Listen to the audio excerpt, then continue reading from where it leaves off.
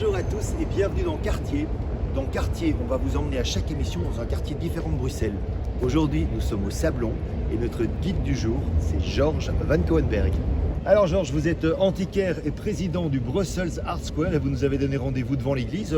Pourquoi on se trouve ici devant cette église? Pourquoi nous sommes devant cette église? Parce que l'église Notre-Dame du Sablon a joué un rôle prédominant dans l'histoire de ce quartier. La place du Grand Sablon était un cimetière auparavant et l'église qui est là a été construite par la Guilde des Arbalétriers. Cette église est très importante et d'ailleurs elle a été récemment complètement rénovée et donc elle est splendide. J'invite tout le monde à venir une fois jeter un coup d'œil. Ils ont construit cette chapelle très importante à l'époque qui a permis finalement de développer le quartier et d'attirer un certain nombre de personnalités importantes à l'époque. Le quartier comme on le connaît aujourd'hui date de 1960. Georges, on est maintenant au Petit Sablon. Et le Petit Sablon, mais il est représenté par plein de statues. Et c'est des statues qui sont liées au métier, c'est ça? Ce qui est typique du square du Petit Sablon, c'est-à-dire qu'effectivement, il est entouré par des 48 statues en bronze qui représentent les métiers à l'époque. Et ce que les gens ne savent pas, il faut avoir l'œil pour le détail, c'est que premièrement, toutes les grilles sont différentes. C'est-à-dire que quand on voit les motifs des grilles qui entourent ce square, elles sont toutes très particulières, sont toutes faites en fer forgé, et tous les motifs sont différents. Bon, alors Georges, il est clair qu'une des spécificités du Sablon, c'est ces antiquaires, qui sont connus internationalement. Au Sablon, nous comptons plus de 100 galeries d'art, qui sont des fois même d'ailleurs bien cachées, qui se trouvent aux étages. Et effectivement, nous avons des galeries qui sont internationalement reconnues.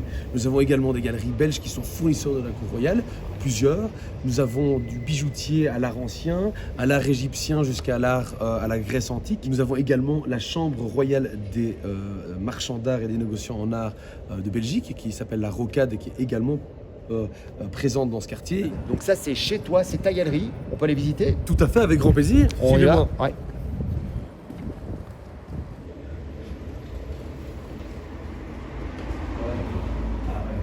C'est vraiment unique chez toi. C'est une maison qui est classée intérieure et extérieure. C'est assez rare, effectivement, dans le quartier du Sablon. On a la chance d'avoir aussi une maison Horta. Pourquoi la maison est classée? C'est parce qu'elle est représentative d'une époque bien spécifique. Ici, dans ce cas-ci, c'est la période Art Nouveau. Aujourd'hui, en Belgique, on célèbre l'Art Nouveau. L'année 2023 est vraiment la célébration de l'Art Nouveau.